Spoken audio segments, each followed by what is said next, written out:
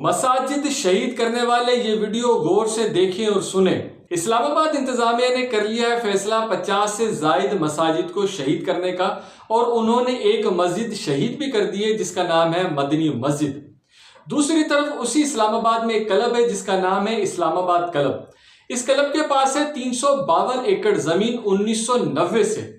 آپ سن کر کریں گے توبہ توبہ، کیونکہ اس کلب نے ادا کیا ہے 1 روپیہ فی ایکڑ اس زمین کا۔ جی ہاں، 352 ایکڑ زمین کی انہوں نے ادا کیے ہیں 352 روپے۔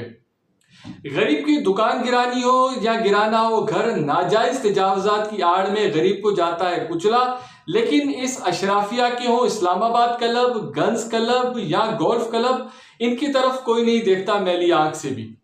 مسجدیں گرانے کے اس سلسلے سے مسلمانوں کے جذبات ہو رہے ہیں مجروح۔ حکومت وقت باز آ جائے مسجدوں کو شہید کرنے سے، اس سے پہنچ رہی ہے مسلمانوں کے جذبات کو ٹھیس۔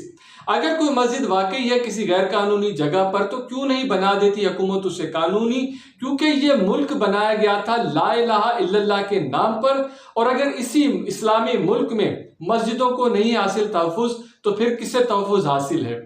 اگر حکومت کو پیسے چاہیے تو مسلمان دینے کے لیے تیار ہے پیسے، کیونکہ اللہ کے گھر کے لیے مسلمان اپنی جان اور مال ہر وقت قربان کرنے کے لیے ہیں تیار۔